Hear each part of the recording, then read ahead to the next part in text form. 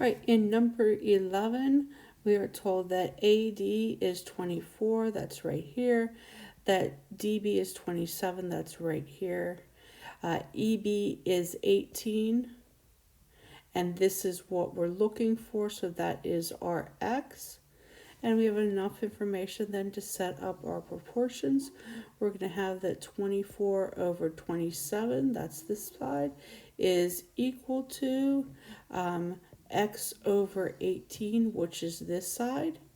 And we cross multiply and divide and find out that what we're looking for, x, which is segment CE on our figure here, is 16.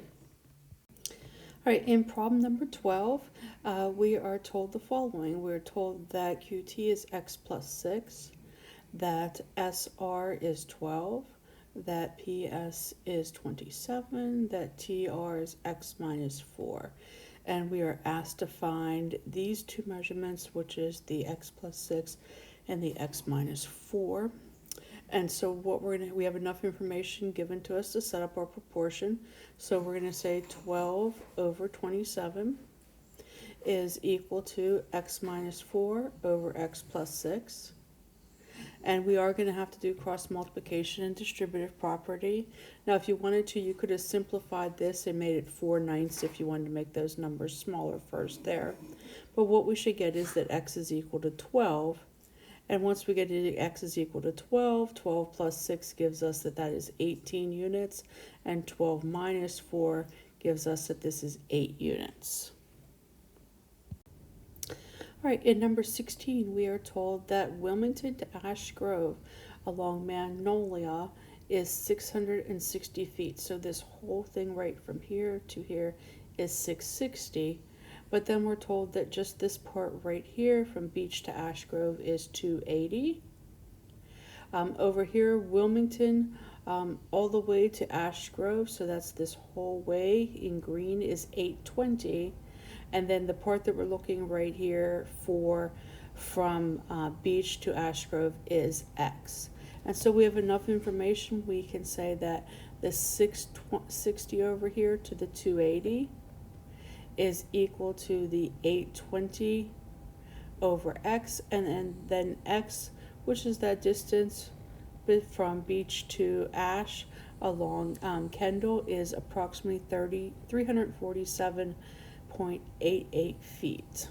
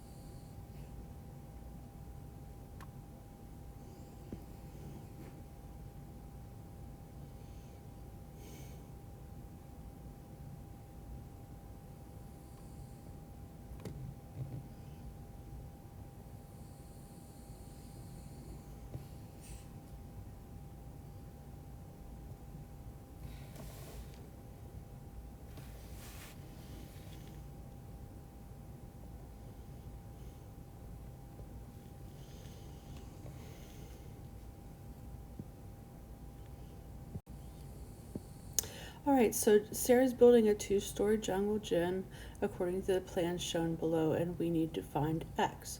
So if we look here, we can see that this measurement here is 24, and if we add up the 8 and the 10, that's going to give us 18, and that's going to give us the first part of our proportion. And then she needs to know this measurement here, X, and that is going to be proportional to 10, so X over 10. And we cross multiply and divide, and we're going to get that that's approximately 13.3 feet. All right, in the next problem, we are asked to determine whether we have these two segments parallel to each other, and so therefore we need to make sure that their proportions are true proportions. And so writing down the given information, we were told that this is 18. This whole segment here is 30, so then I subtracted to make sure that that was 12. We were also told that this is 21 and this is 35. So if I look at this, I should be able to have the proportion 21 to 18 and 35 to 12. If I look at that, that is not a true proportion. Those are not going to reduce down to the same ratio, and therefore, no, these are not parallel. All right, if we look at the last one here, we are asked once again to justify whether these are parallel or not parallel. So we are told that this part is 24 and this part is 44, the whole thing. So that means that this part here is 20. And then we have a different piece of information told over here. We're told that NL is 5/6 of JN. And so if we were to reorganize this equation, and if I wanted this JN to move to the other side, I would have to divide by JM, which would tell me that the ratio of NL to JN is 5/6. And then if I look at what's given to me, I was told that L, I was able to figure that out, was 20, and told that KM is 24, and that ratio is 5/6, and so therefore they are the same, and that tells me that yes, these lines are parallel.